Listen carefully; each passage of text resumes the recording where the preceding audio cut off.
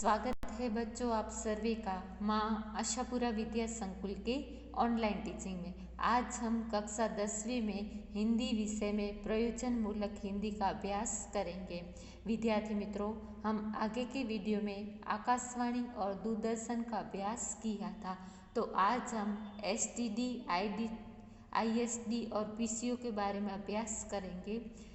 STD का पूरा नाम, आईएसडी और पीसीओ का पूरा नाम आपको याद रखना पड़ेगा। आपको परीक्षा में 1 मार्क्स में पूछा जा सकता है। इसलिए पीसीओ द्वारा अपने इलाकों में तथा निश्चित विस्तार में टेलीफोन द्वारा निश्चित व्यक्ति का कॉल नंबर डायल करके बात कर सकते हैं। यानी कि हम पीसीओ के माध्यम से किसी निश्चित विस्तार के जो टेलीकॉम द्वारा निश्चित व्यक्ति से कॉल नंबर डायल कर कभी भी बात कर सकते हैं, वो आप भी जानते हैं।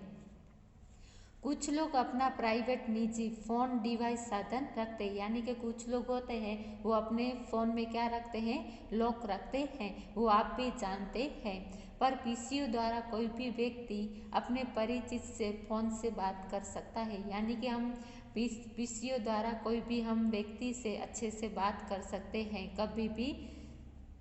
एसटीडी में विस्तार का एक कोड नंबर दिया जाता है, यानी कि जो एसटी का विस्तार होता है उसमें क्या दिया जाता है, कोड नंबर, वो आप भी परिचित हैं।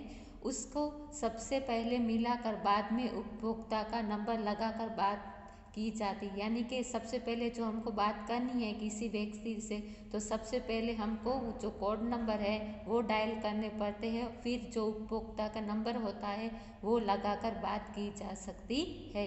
जनता की सुविधा के लिए एसटीडी पीसीओ की व्यवस्था डाक विभाग से की गई थी।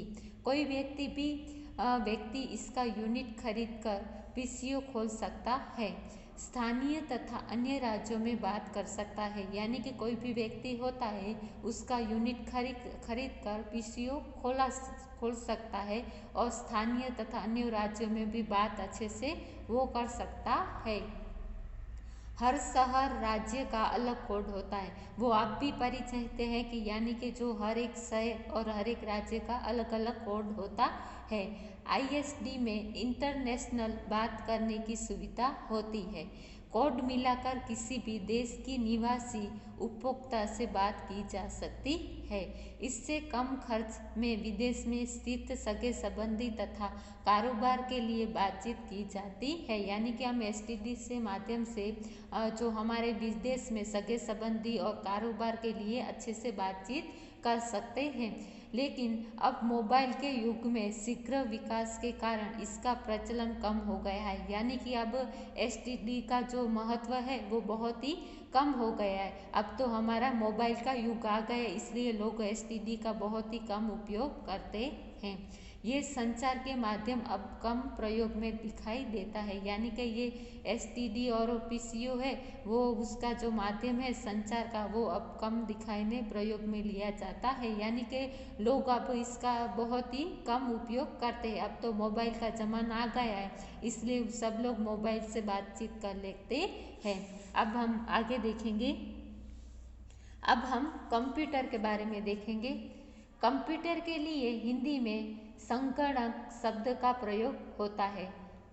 कंप्यूटर मनुष्य के मस्तिष्क की तरह, किंतु इससे भी अधिक तेजी से वह गणितीय रचनाओं, आंकड़ों के विश्लेषण आदि के साथ साथ प्राप्त सामग्री को अपनी स्मृति इकाई में भी संचित करता है। आजकल संगणक जो रूप हमें देखने को मिलता है वह न्यूमैन नाम वैज्ञानिक की देने है। सन 1642 में बेलन पास्कल नामक वैज्ञानिक ने यांत्रिक संगणक का आविष्कार किया था।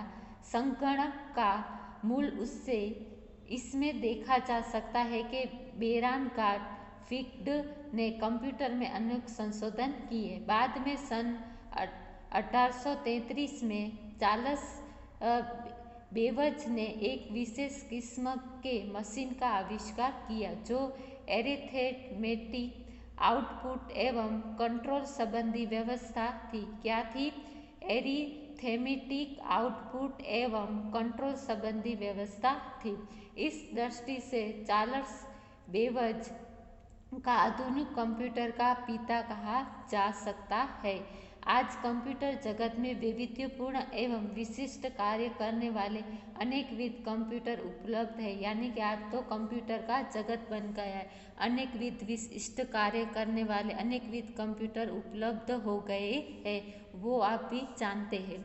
इन कंप्यूटर को मोटे तौर पर मन फ्रेम कंप्यूटर, मिनी कंप्यूटर तथा माइक्रो कंप्यूटर के अंतर्गत विभाजित किया गया है। आजकल विज्ञान, वाणिज्य, स्वास्थ्य, संगीत, पत्रकारिता सहित सरकारी, अर्ध सरकारी एवं निजी कंपनियों में समाचार पत्र, दूरदर्शन, आकाशवाणी, संचार सेवा, परिवहन आदि सभी क्षेत्रों में कंप्यूटर का उपयोग बड़े पैमाने से होता है। वो आप भी जानते हैं कि आज हर एक क्षेत्र में कंप्यूटर का उपयोग होता है। यानी कि आज तो कंप्यूटर का उपयोग बहुत ही बढ़ गया है और उसका दिन ही दिन प्रतिदिन उसकी जो प्रक्रिया है वो आगे बढ़ती जा रही है। और कंप्यूटर के माध्यम से हम बहुत सारा काम करते हैं। और वो जो आकाशवाणी, संचार सेवा, परिवहन सभी क्षेत्रों में कंप्यूटर का बड़ा उपयोग होने लगा है। संचार क्रांति में कंप्यूटर की भूमिका महत्वपूर्ण रही है। यानी कि यहाँ क्या बताया कि संचार क्रांति है जो उसमें जो कंप्यूटर की भूमिका है वो बहुत ही महत्वपूर्ण रही। यानी कि आज हर एक क्षेत्र में कंप्यूटर का महत्वपूर्ण हो गया है। यानी कि कंप्यूटर हमको आना बहुत ही ज़रूरी है। इसलिए हम हर एक क्षेत्र में कंप्यूटर के माध्यम से अच्छी तरह से अपना कार्य कर सकते हैं। और लोग हैं कंप्यूटर का दिन प्रतिदिन उपयोग करने लगते और अपना काम अच्छे से कर सकते हैं। तो विद्यार्थी मित्रों, आज हम इतना तक अभ्यास करते हैं।